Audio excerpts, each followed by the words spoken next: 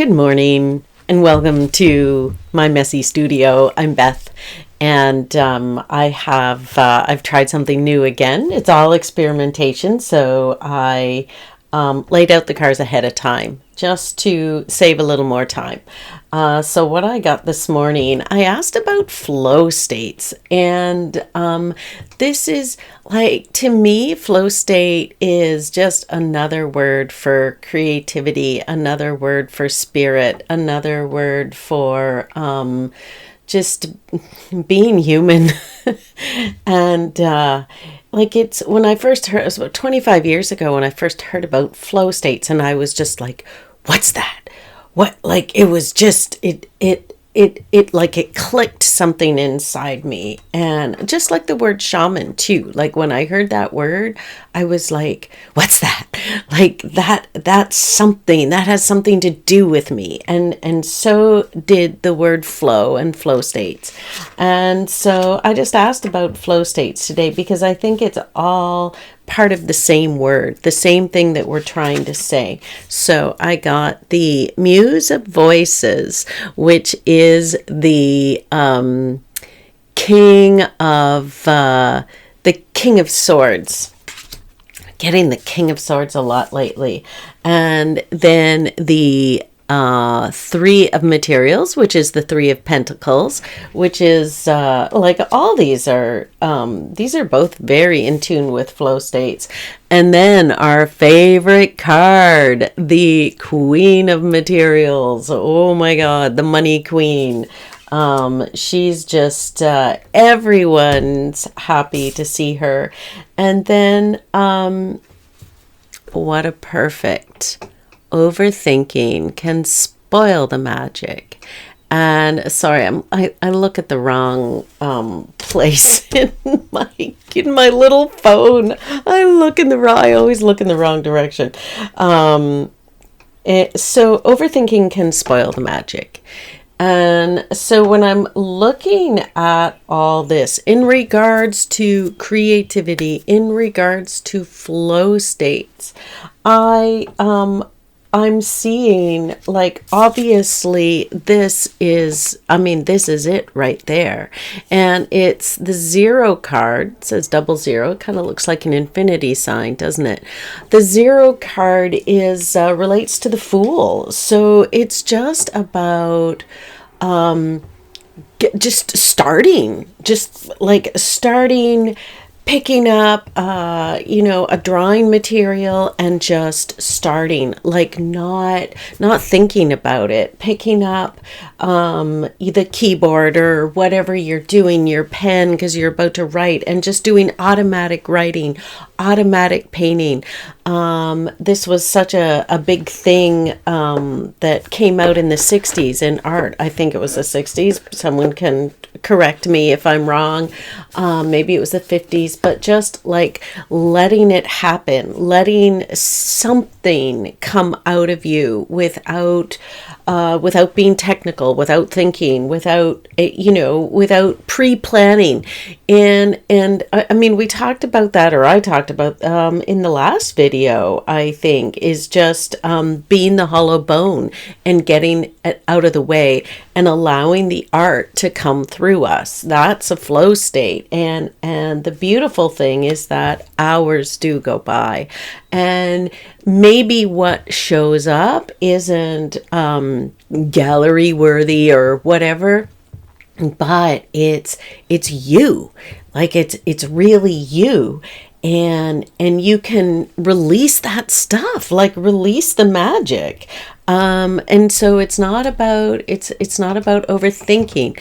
But what happens year after year, as we put in the hours and we put in the activity, the action of our work, our practice. Oh my God, if you haven't read Seth Godin's book, something about practice, it's really about this. We put in those hours of practice. Then when we get into a flow state and something comes out, the skills are just inside us, and they just are part of it. So we still have to do the technical practice, but then we also want to do the flow practice. So back to the Muse of Voices. The King of Swords. The King of Swords is about, like, to me, this is about mastery. And if you look at it closely, you see this woman walking into the gates of enlightenment, walking into some kind of beautiful landscape. She way off in the distance, and there's these dancing muses sort of opening up the gate for her, and I see, like, mastering your mind, like not allowing the monkey mind to take over your work, like the overthinking mind. Like, this is when everything is sort of settled. You're in calm waters in your mind, and that takes meditation or breath work or a beautiful walk in nature, just to, something to settle the mind. Get in the body. You need to get in the body to settle the mind. And for me, it's just a mix of things. Maybe it's like cold water plunging. Maybe it's like box breathing, or just regulating my breath, or yoga nidra, or exercise, or nature, like something that I do to get all that, like, because I've got a lot of it, to settle and come into a place of expansive joy. I mean, this is that's expansive joy right there. And it's kind of, it's high above, like you can see the clouds below, and this is rising above. It's not about bypassing. It's just about not letting all that stuff in while we're creating. It'll all be there when we, come back to, when we leave the studio, it'll all still be there. But having the skill to release it and just be in the flow, really. And so the Three of Pentacles, this to me is to everybody, it's always about collaboration. So things happen in collaboration. So we can isolate ourselves as artists. That is definitely a problem, or can be a problem, is isolation, especially as painters, because it is a very person in the studio, on a canvas painting. That can be very isolating. I loved being in art school when we just had a bunch of partitions, and we were all in one big studio together with little partitions. I mean, the downside was that people would leave their jars of turpentine and like really strong chemical things open, and people would smoke, and some people were loud, and like that was the downside. But I got so much done with all that activity and all those ideas, and all, like, it was really great. And so I've always thought that sharing studios is really the way to go. I think I mean, I haven't been able to do that in as a working artist, because I work out of my home. But someday I'd still love to have like a big studio space with a bunch of people working together. It's different in rural Nova Scotia. It would be easier if you were in a city to share studio spaces. In fact, I think it'd be you'd need to. Anyway, the point is that we're not islands. Things don't happen in isolation. Collaboration. Maybe this means today, look at other artists' work. Like, go on an artist date and go to a gallery and see what other people are doing. That's a big part of Julia Cameron's Artist's Way work is going on artist dates and soaking in other people's work. So I mean, it's so easy now to just scroll on Instagram and see people's work that way, and that is helpful too. I enjoy it, but there's nothing better than like going to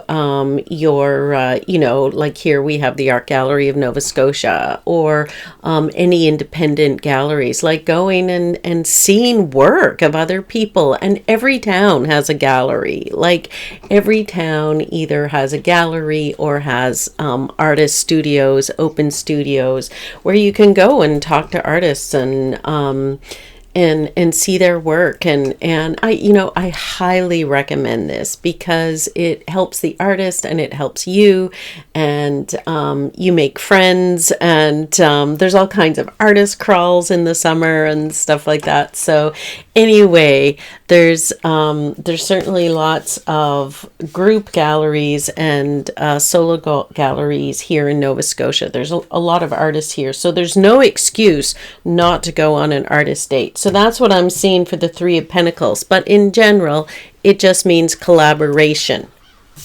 And our final card, fabulous money queen, queen of Pentacles. And so to me, this is like, she just feels so great. She's in her power. She's aligned with her beauty and her power and her truth. And, she's going for it, in fact, she's so great. Things are just coming to her. And so this is like, to me, this is like the absolute, like, perfect flow state card, because there is an action, like I said about the queens. The queens are doing stuff. They're not just sitting back like the kings. They're actually in there doing it. And so she's actively involved, and she's also receiving, and so a lot of people, like I said, call her the money queen, and she's seen as like the card or the spirit that brings in the cash. And so what a great card for artists, like, because that's what we need to keep going, is to have that cash come in, and that helps us like keep it all flowing so we can continue to paint. So we need to sell our work in order to make money, to pay for things, pay for our spaces, buy more paint, but everything's like so friggin' expensive now. And so this is part of it. So this is the people buying art and coming to see art and wanting your art on their walls, or wanting to pay for your books or your music. Like because I'm a painter, that's what I'm thinking. That's how I think. But I mean, this goes for any creative thing. We need that.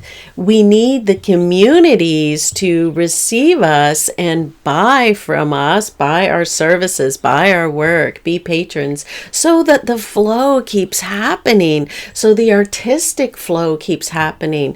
If your work isn't out there, then there's a little smaller version of her, with almost like this big sort of movie poster diva queen, and so if your work isn't out there, then you can't receive money for it, and then you can't make more work. I mean, you can if you're independently wealthy, or you've got some other way, you've got a good job where you can work on make art on the weekends or whatever. There's all kinds of ways to make money. But if you're in there, like as an artist, you have to put your work out there. It has to be seen so people buy it. Anyway, there you go. What a great reading. It makes me so happy to talk about these things with you.